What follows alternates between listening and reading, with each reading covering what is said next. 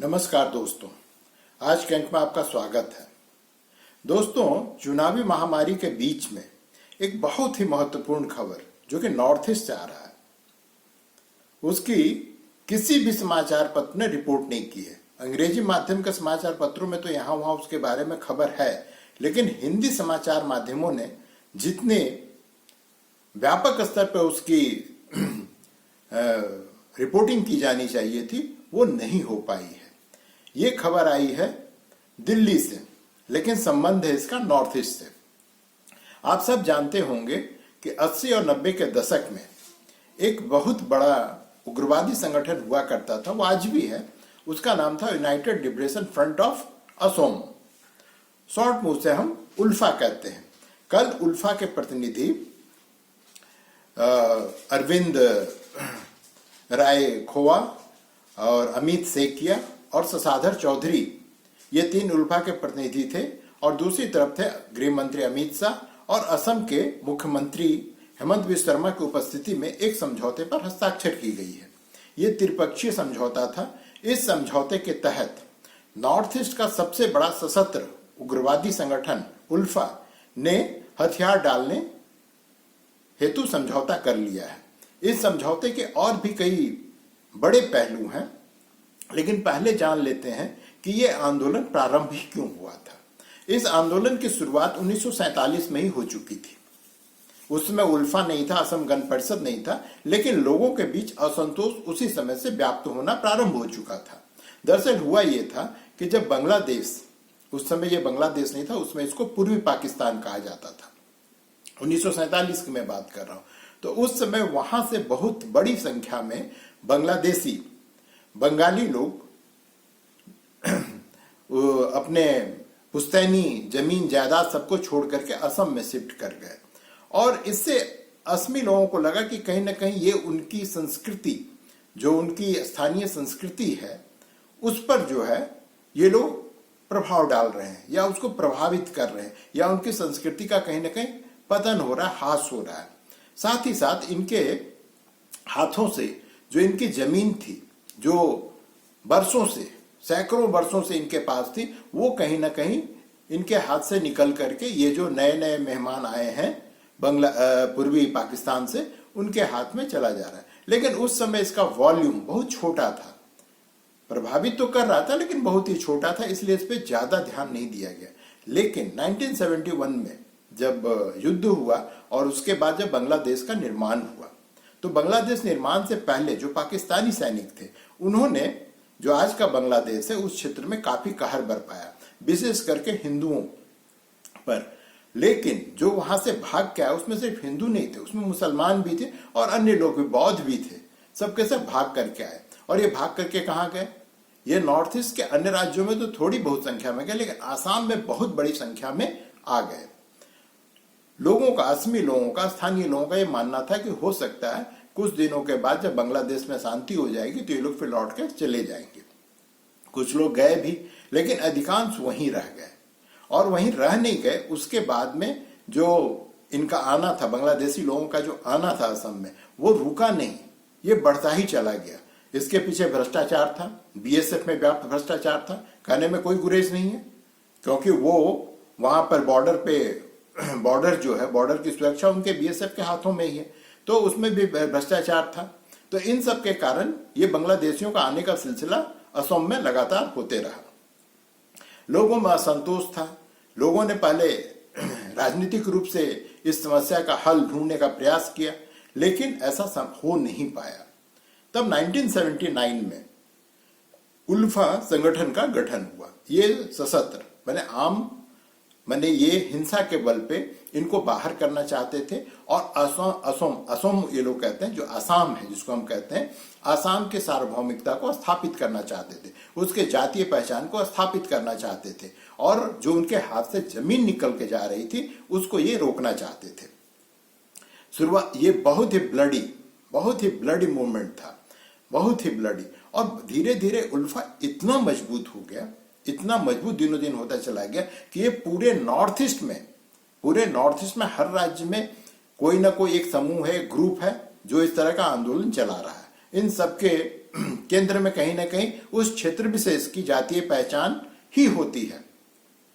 तो जो उल्फा था ये सारे संगठनों का चाचा बन गया, अर्थात इन सारे संगठनों को, चाहे वो बोडो उग्रवादी हो, नागा उग्रवादी हो या कोई और भी, मणिपुर में बहुत सारे संगठन हैं जो हिंसा का रास्ता अपनाए हुए, इन सबको ये हथियार मुहैया करवाता था। और पूरे नॉर्थ ईस्ट में खास करके हिंसा के मामले में इनका एक छत्र राज हो गया था।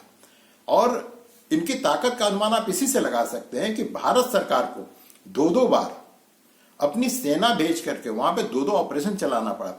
पहले इन्होंने ऑपरेशन बजरंग चलाया, उसके बाद में ऑपरेशन राइनो चलाया, लेकिन इनको कुचला नहीं जा सका। कुचला इसलिए नहीं जा सका क्योंकि जब भी सेना का दबाव इन पर पड़ता था तो ये अपने जो भारत के पड़ोसी राज्य हैं वहां पे, बांग्लादेश है, म्यांमार है, भूटान है, उधर चले जाते थे।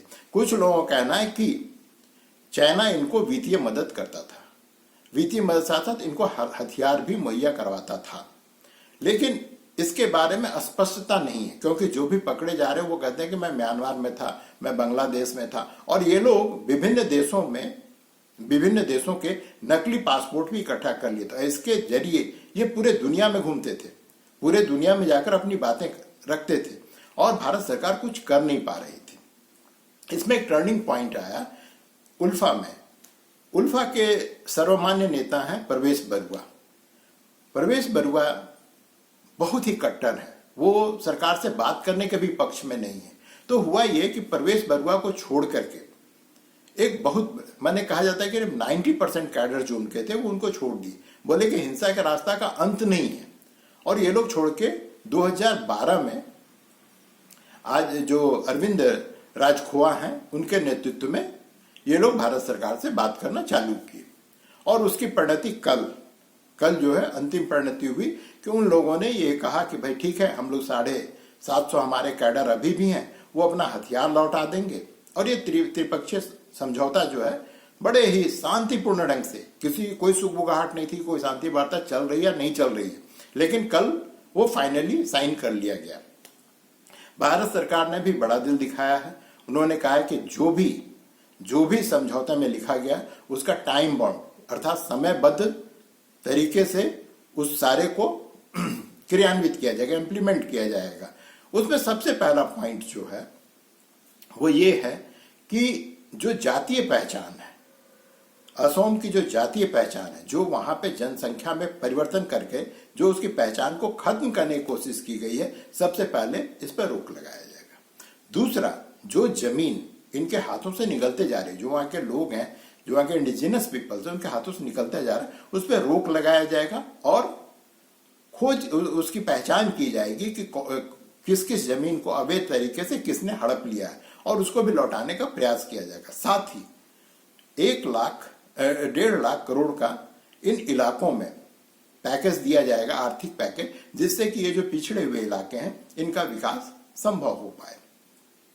और सबसे बड़ी बात है कि एनआरसी को, चूंकि एनआरसी पे अभी सरकार कोई दावा नहीं कर सकते या कोई इनको छूट नहीं दे सकती है, क्योंकि वो अभी सुप्रीम कोर्ट में लंबित है।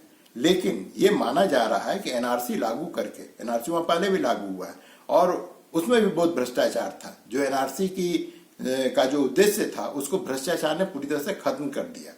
और एनआरसी लागू करके जो भी यहाँ पे विदेशी हैं, विदेशी कहने का अर्थ है यहाँ पर सीधा सीधा कि जो या तो बांग्लादेश से आए हैं या फिर जो म्यांमार से आके बस गए हैं। म्यांमार से वैसे असम में कम लोग आए हैं, नॉर्थ ईस्ट के अन्य राज्यों में म्यांमार से ज्यादा लोग आकर के बस गए और कब्जा कर ले। मणिपुर में जो भी संकट चल रहा है उस समस्या का कारण भी म्यांमार से आए हुए ये प्रवासी ही हैं। यही वहां पे भी ड्रग के धंधे में लगे हुए, और जब उन पे दबाव बनाया जाता है तो किसी न किसी तरह से जातीय हिंसा करते हैं और उसको जातीय हिंसा का रूप दे देते हैं।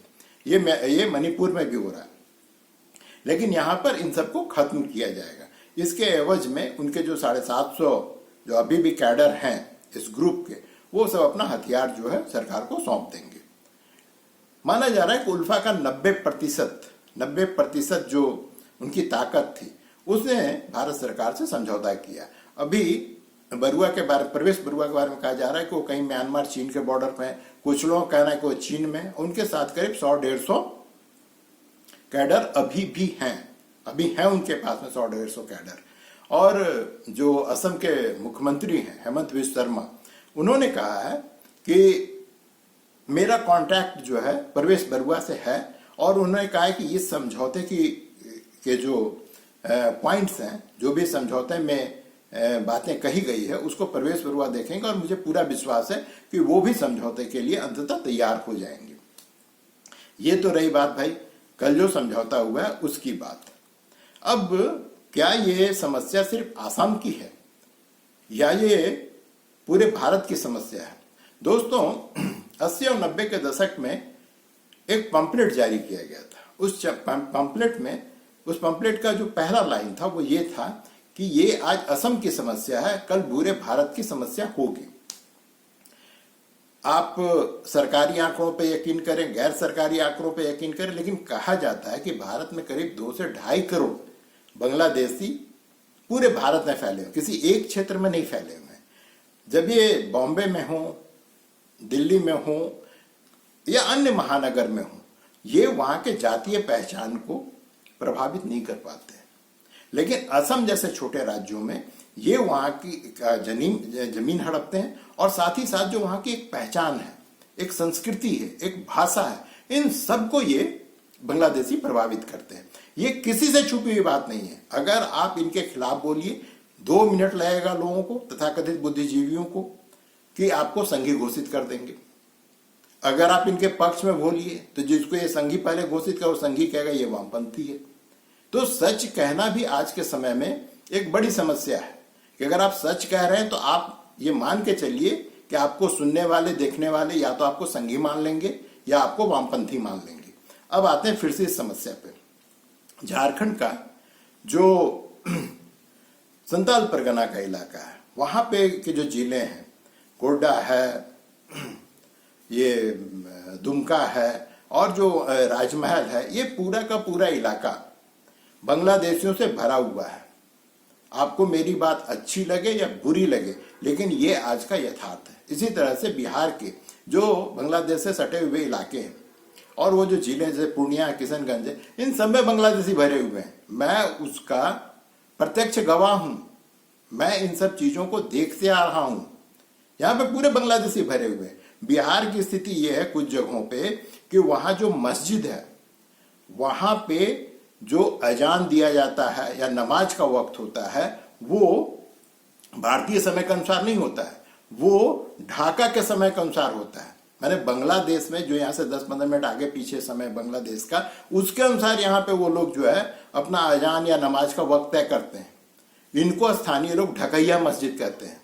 ढाका के नाम पर ढकैया मस्जिद कहते हैं। ये एक वास्तविकता है दोस्तों, ये सब कोई जानता है, लेकिन मुंह खोलने को कोई तैयार नहीं। यही स्थिति जो है झारखंड में है। झारखंड में बड़े पैमाने पे जमीनों का हस्तांतरण हो रहा है इन बांग्लादेशियों के हाथ में।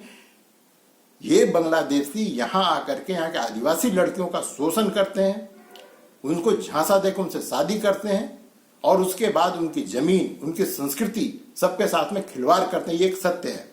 अभी जो ये शीतकालीन सत्र चल रहा है उसमें निशिकांत दुबे, वो भाजपा के हैं, फिर बोलिए संघी उठा रहा है। निशिकांत दुबे ने संसद के अंदर में इस प्रश्न को उठाया कि 1951 में 1951 में जो झारखंड में, जो उसमें का बिहार था, यहां पर आदिवासियों की जनसंख्या 36% थी, 36%। आज ये घट करके 24% हो गया है। एक तरफ आदिवासियों की जनसंख्या घटते जा रही है, ये सच्चाई है, आदिवासियों की जनसंख्या घटते जा रही है, वहीं दूसरी तरफ इन बांग्लादेशियों की संख्या इन इलाकों में बढ़ते जा रही है। और ये सिर्फ आपके जमीन पे काबिज नहीं होते, आपके संस्कृति को नहीं खत्म करते, आपके पूरे विचारधारा को खत्म करते जा रहे हैं। उल्फा ने इसके लिए एक शब्द इस्तेमाल किया था। उन्होंने उस समय कहा था कि ये साइंटिफिक डेमोग्राफिक इन्वेजन है, अर्थात वैज्ञानिक तरीके से जनसंख्या बदलने का ये आक्रमण है जो असम में हुआ था, और ये वहां पर रुक नहीं गया। अब यही जो है साइंटिफिक डेमोग्राफिक इन्वेजन जो है, ये अभी पूरे के पूरे झारखंड में, बिहार में और अन्य प्रदेशों में, नॉर्थ ईस्ट में, मणिपुर में नहीं था पहले, मणिपुर में पहले बांग्लादेशी नहीं थे, अब वहां भी ये बढ़ते जा रहे हैं। अब दोस्तों थोड़ी बात करते हैं झारखंड में जब पृथक राज्य के लिए आंदोलन चल रहा था और जो ये नॉर्थ ईस्ट में जो उग्रवादी संगठन है उनके बीच के संबंध का बड़ी मजेदार संबंध है। सबसे पहले मैं आपको इस आंदोलन से भी पहले एक घटना हुई थी। हजारीबाग में सेंट कोलंबस कॉलेज है, वहां के प्रिंसिपल हुआ करते थे सतीश चंद्र बनवार, एससी बनवार। बड़े अच्छे व्यक्ति थे, शिक्षाविद थे, बहुत स्ट्रिक्ट थे, लेकिन लड़कों के बीच में, छात्रों के बीच में बहुत ही लोकप्रिय थे। तो हुआ ये कि नॉर्थ ईस्ट में 1973 में संसद में एक्ट ला करके एक नॉर्थ ईस्ट हिल काउंसिल यूनिवर्सिटी की स्थापना की गई। उस यूनिवर्सिटी के 80 में ए.के. धान वाइस चांसलर हुआ करते थे वहां के, और उस समय वहां पे ये हिंसक गतिविधि बढ़ना प्रारंभ हो गया। ये गतिविधि इतनी ज्यादा थी कि कैंपस भी उससे अछूता नहीं रहा, क्योंकि कैंपस में लड़के पढ़ते हैं और लड़के ही इन आंदोलनों में सबसे आगे बढ़कर हिस्सा ले रहे थे। और उस समय यह आंदोलन का स्वरूप ये हो गया था कि आप ए.के. धान आदिवासी समुदाय से आते हैं, आप आदिवासी हो गैर आदिवासी हो, इससे कोई मतलब नहीं था। वहां पे सिर्फ ये मतलब था कि आप इस राज्य के नहीं हैं और हम आपके खिलाफ हैं। वहां के लोग किसी भी, चाहे वो आदिवासी हो गैर आदिवासी, किसी के भी खिलाफ थे। और ए.के. धान ने देखा कि भाई अब यहाँ पे सरवाइव करना ठीक मुश्किल है, वो वहां से धीरे से रिजाइन करके निकल गए। चूंकि अभी उनका कार्यकाल 1 साल बाकी था और किसी नए व्यक्ति को नया वीसी नियुक्त नहीं किया जा सकता था।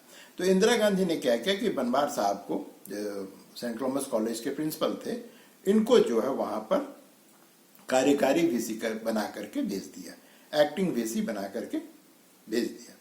ये बहुत ही अनुशासन प्रिय थे और लोगों के बीच में, लड़कों के बीच में विशेषकर ये बहुत ही लोकप्रिय थे। वहां जाकर भी इन्होंने स्थिति को संभाल लिया।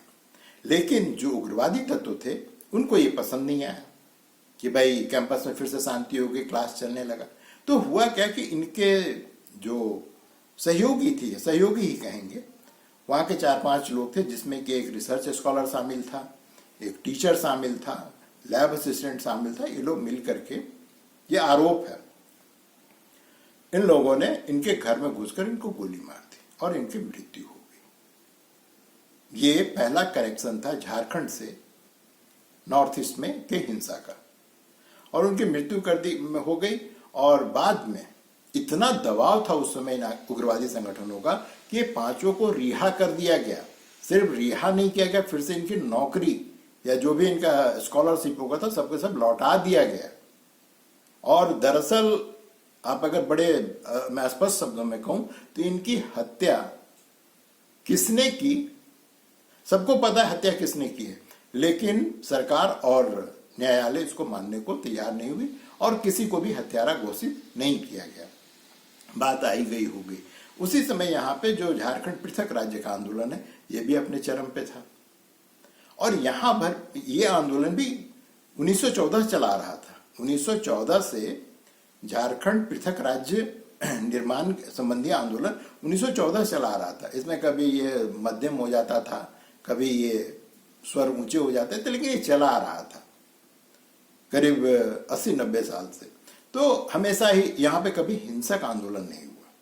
झारखंड अलग राज्य के निर्माण की एक अच्छी बात है कि ये हिंसक नहीं हो पाया और हमेशा ही राजनीतिक रूप से हल ढूंढने का प्रयास किया जाता रहा।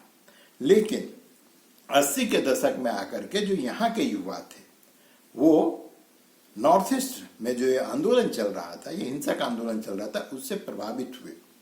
और कहा जाता है, इसका कोई साक्ष्य नहीं है, कहा जाता है कि आजसू के बहुत सारे सदस्य ट्रेनिंग लेने के लिए असम गए और वहां पे जो बोडो आंदोलन चल रहा था उनसे इन्होंने ट्रेनिंग प्राप्त की, लेकिन उसका कोई परिणाम नहीं निकला। 1-2 बार हल्ला हुआ कि इन्होंने ट्रेन की पटरी उड़ाने की कोशिश की, लेकिन इसका कोई व्यापक असर नहीं हुआ। और इसके लिए हम धन्यवाद देते हैं यहाँ के युवाओं को। भाई आज पृथक राज्य बन गया है, लेकिन कभी यहाँ पे हिंसक आंदोलन नहीं हुआ। और मैं यही कामना करता हूँ कि भविष्य में भी किसी भी तरह का हिंसक आंदोलन नहीं हो। लेकिन मैं इसे एक इधर बात कर रहा हूँ कि भाई झारखंड का निर्माण क्यों हुआ। झारखंड के निर्माण के पीछे आखिर कारण क्या था?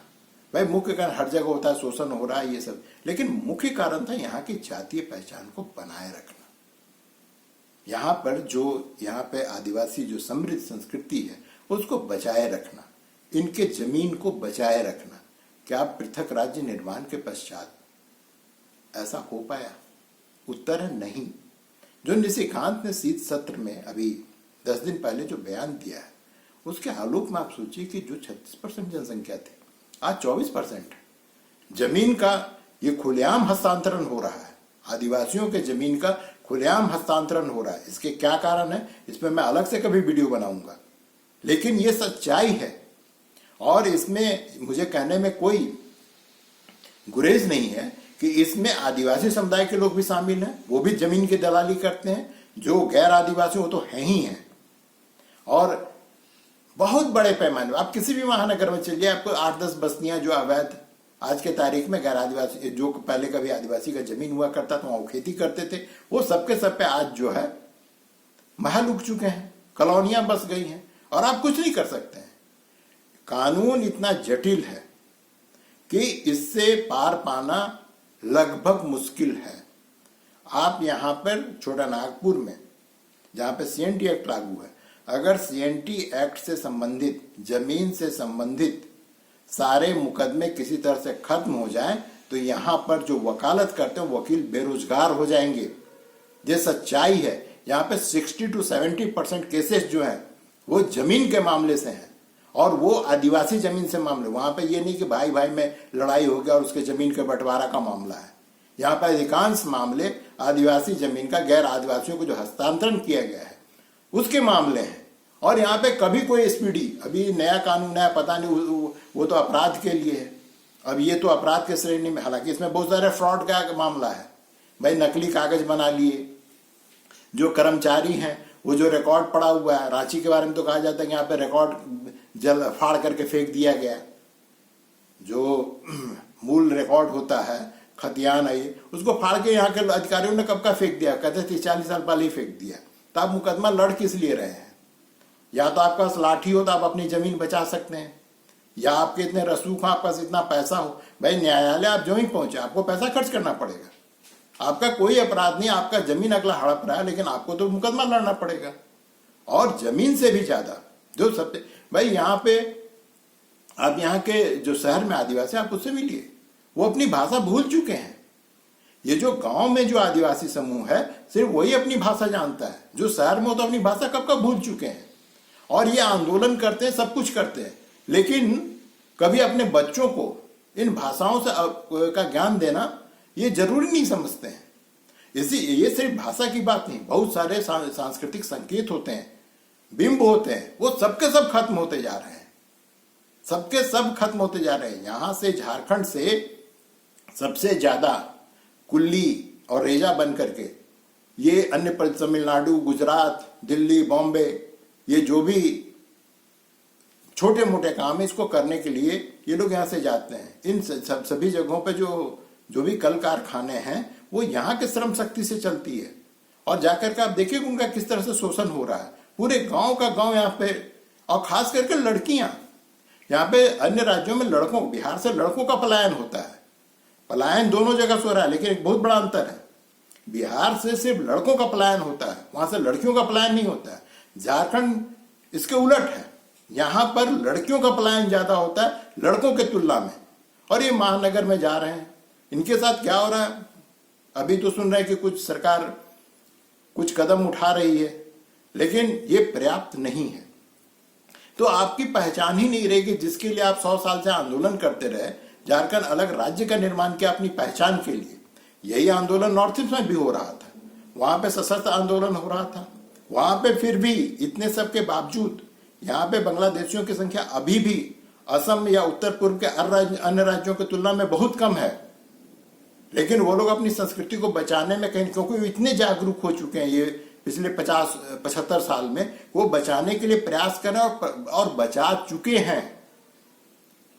चुके हैं, क्योंकि वो अपने बच्चों को अपनी भाषा सिखाते हैं और उसको बोलने में वो शर्म महसूस नहीं करते हैं। वो हाट बाजार कहीं भी आप जाइए असम या नॉर्थ ईस्ट में, वो अपनी भाषा में बात करते हैं।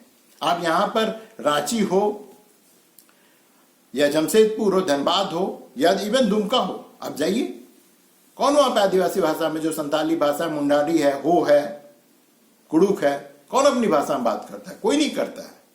तो यहां पर जो संस्कृति पर हमला हो रहा है उसका प्रभाव कहीं ज्यादा है, और खास करके जिस तरह से डेमोग्राफिक चेंज हो रहा है राज्य में, ये पूरे संथाल परगना में, अब आने वाले देखिएगा कि वहां पर जो दल अभी इनके समर्थन में है, उनको लगता है कि इनकी संख्या बढ़ने से हम जीत जाएंगे, आने वाले समय में ये उनके लिए भी काल बनेंगे, क्योंकि जब जनसंख्या का स्तर एक जगह तक पहुंच जाएगा, उनके पास में सारे आधार कार्ड हो, इलेक्शन कार्ड हो, जो भी पहचान पत्र हो, सबके सब जब उनके पास में हो जाएगा, वो जब सब कुछ व्यवस्थित कर लेंगे, उसके बाद में वो आपको क्यों वोट देंगे?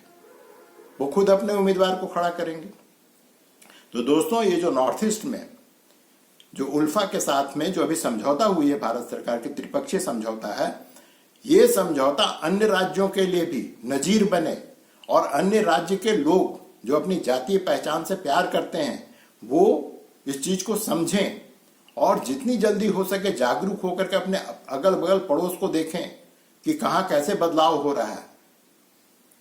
इसको समझने की बहुत ज्यादा आवश्यकता है, और ये जो समझौता हुआ है इसका सबको स्वागत करना चाहिए कि चलिए देश में शांति स्थापित हो रही है। लेकिन अभी राम मंदिर का माहौल है और चुनावी मारामारी भी चल रहा है, तो इस दौर में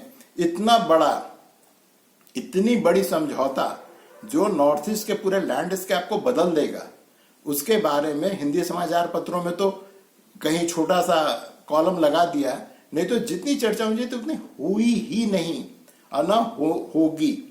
पता नहीं, हम शांति, अगर यहाँ पे विस्फोट हुआ होता, 50-60 मर गए होते, तो अभी सभी अखबारों के फ्रंट पेज पे होता। पता नहीं हम किस दिशा में जा रहे हैं। दोस्तों, आज के अंक में इतना ही, अगले अंक में फिर मिलते हैं, तब तक के लिए नमस्कार।